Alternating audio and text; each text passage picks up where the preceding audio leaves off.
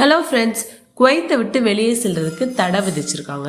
அதாவது Kuwait exit pan பற்றி தான் நம்ம இன்னைக்கு வீடியோவில் பார்க்க போகிறோம். நம்ம வீடியோவை ஸ்டார்டிங்லேருந்து எண்டிங் வரைக்கும் ஸ்கிப் பண்ணாமல் பாருங்கள். வாங்க வீடியோக்குள்ளே போகலாம். ஃப்ரெண்ட்ஸ், ஆயிரக்கணக்கான மக்கள் குவைத்தை விட்டு வெளியே செல்ல முடியாமல் தடுக்கப்பட்டிருக்காங்க. அவங்க டிராவல் கேன்சல் ஆகுறது ஏர்போர்ட் வந்த பிறகுதான் தெரியுது அவங்களுக்கு எக்ஸிட் பேன் இருக்குன்னு. எக்ஸிட் பேன் அப்படின்னா என்ன, இந்த பிரச்சனை யாருக்கெல்லாம் வருது, நம்ம எப்படி சேஃபா இருக்கலாம் அப்படின்னு வீடியோல பார்ப்போம். எக்ஸிட் பேன் அப்படின்னா நீங்க குவைத்தை விட்டு வெளியே போறதுக்கு குவைத் அரசு தடை விதிச்சிருக்காங்கன்னு அர்த்தம். உங்களுக்கு ஃப்ளைட் டிக்கெட்டு ரெடியாக இருந்தாலும் சரி, விசா வேலிடாக இருந்தாலும் சரி, பாஸ்போர்ட் ஓகேவா இருந்தாலும் சரி, இந்த எக்ஸிட் பேன் இருந்தால் உங்களை ஸ்டாப் பண்ணிடுவாங்க. இம்மைக்ரேஷன் கவுண்டரில் உங்களை ஸ்டாப் பண்ணிடுவாங்க. என்ன மாதிரியான காரணங்களால் எக்ஸிட் பேன் வரும்னு பார்த்தீங்கன்னா, கோர்ட் ஆர்டர், போலீஸ் கேஸ் இருந்தால் எக்ஸிட் பேன் வரும், கவர்மெண்ட் டியூட்ஸ் இருந்தால் வரும், லீகல் கம்ப்ளைண்ட் இருந்தால் எக்ஸிட் பேன் வரும். லோக்கல் ரிப்போர்ட்ஸ் படி ஆயிரக்கணக்கான குவைத் நாட்டவர் ப்ளஸ் வெளிநாட்டவர் 2 பேருமே ஏர்போர்ட்டில் டிபார்ச்சர் டைமில் ட்ராவல் பேன் லிஸ்ட்டில் இருக்கிறது கண்டுபிடிச்சிருக்காங்க. இதில் நிறைய பேருக்கு அவங்களுடைய ட்ராவல் பேன் ஆகிருக்குன்னே தெரியலை. லாஸ்ட் மினிட்ல ஷாக் ஆகுறாங்க. ஃபேமிலி ட்ரிப் எல்லாமே கேன்சல் ஆகுது, ஜாப் ட்ராவல் எல்லாமே மிஸ் ஆகுது. கடந்த சில மாதங்களாகவே ஸ்ட்ரிக்ட் என்ஃபோர்ஸ்மெண்ட் நடந்து வரதால அதிகரிச்சிருக்குது. வெளிநாட்டவர்களுக்கு எக்ஸிட் பேன் வரதுக்கான முக்கிய காரணம் பார்த்தீங்கன்னா டிராஃபிக் ஃபைன், அதாவது போக்குவரத்து அபராதம்.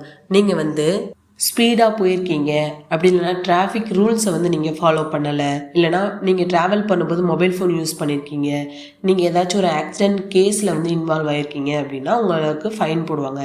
நீங்கள் அந்த ஃபைனை கிளியர் பண்ணலைன்னா உங்களுக்கு எக்ஸிட் பேன் வரும். ரெண்டாவது பார்த்தா லோன் அப்புறம் credit card.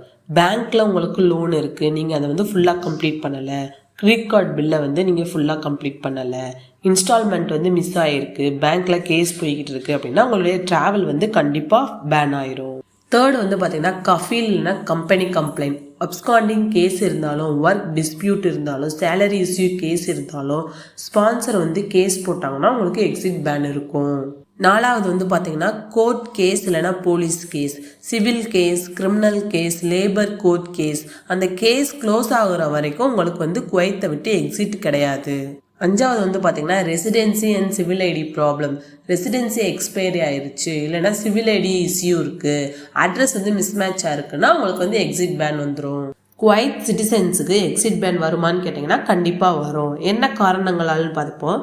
Heavy loan default, court judgment, government dues, family legal disputes. நான் குவைத் சிட்டிசன்ஸ், எனக்கு பேன் வராது அப்படிலாம் நினைக்காதீங்க, உங்களுக்கு பேன் கண்டிப்பாக வரும்.